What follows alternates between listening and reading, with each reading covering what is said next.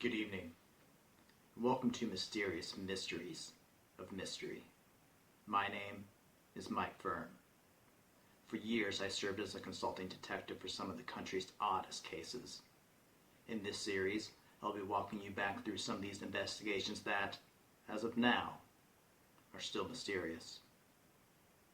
And maybe, with a little luck, you can help me solve a mysterious mystery of mystery.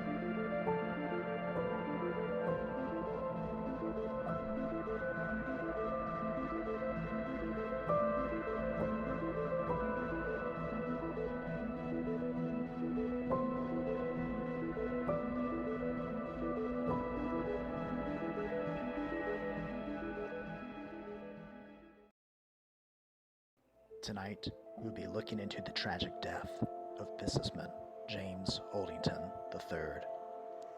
Oldington was a very wealthy man. In the 1970s, he created and ran New England's top unicycle company, Tread. Through his leadership, Tread became the official supplier of unicycles and unicycle parts throughout North America and Europe. However, in the late 1990s, he sold off his share of the company and retired to an old lighthouse in a coastal town of Maine. There he lived a quiet life, along with his doting wife, Theodosius. Theodosius met James when they were students at university. James was a highly desired man on campus for his skill on the unicycle. After classes, he was known to perform tricks near the fountains. It was here that Theodosius' schoolgirl crush turned into a burning desire.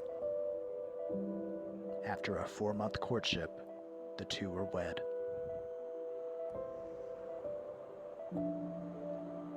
In the mid-2000s, James's late sister's son, Jamerson Oldington Smith, moved into the lighthouse. Jamerson was a former rock and roll musician during the late 80s, performing under the stage name Cliff Neptune. Unfortunately, his career fell apart when he began a singles career focused on bringing back glam rock. His popularity withering and record sales non-existent, Jamerson fell behind on payments for his life of excess, which resulted in all of his belongings being taken by the IRS. With a broken spirit, Jamerson spent most of his time at the lighthouse dreaming of a way to pay off his debts and make it back into the music industry. As James continued to age, he could no longer keep up with the care of the lighthouse, so he hired the young Craig Smith to continue its upkeep. Craig was a very strong, handsome fellow, but he had a secret longing for the woman who had captured his heart, Theodosius. Try as he might, he was continually unsuccessful in wooing Mrs. Oldington. But this supposed spurning just pushed Craig further into seeking out her affections. As it turned out, Theodosius did have her eye on someone else. As James continued to age, his health began to fail. A young doctor named Ken Johnson had been hired on to live at the lighthouse to monitor and care for the elderly unicycle mogul. Thinking it a quick gig, he was surprised when Mr. Oldington's health began to improve, extending his stay at the lighthouse much longer than he had originally anticipated. Besides running the lighthouse, James Oldington III also had a love for sea vessels.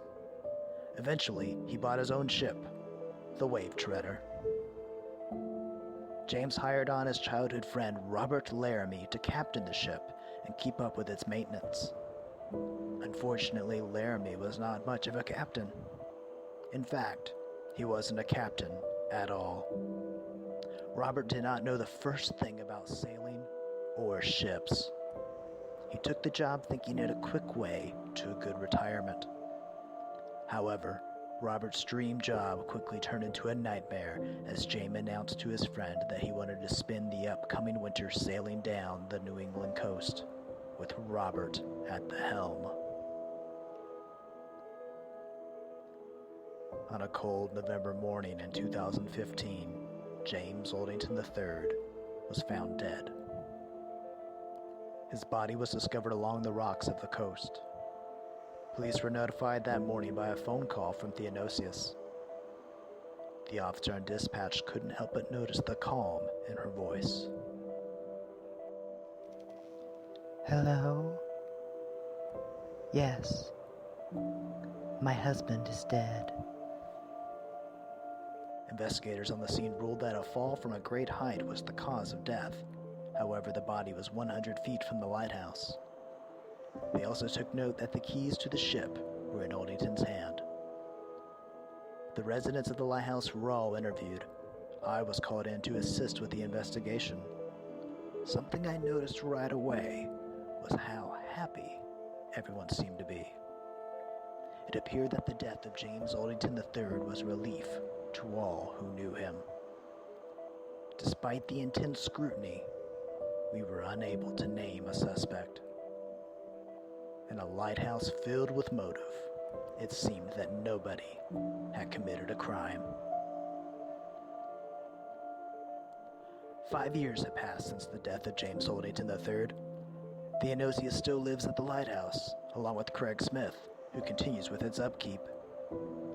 Dr. Ken Johnson has moved away to California, where he practices in pediatrics. He keeps regular contact with Theodosius. Jamerson Oldington Smith also moved out of the lighthouse and paid off his debts. He now manages local musicians in the fledgling New England glam rock scene. Not long after the death of James Oldington III, Robert Laramie disappeared, along with the wave treader. In May of 2016, both he and the ship were discovered smashed along the Canadian coast. Foul play wasn't suspected.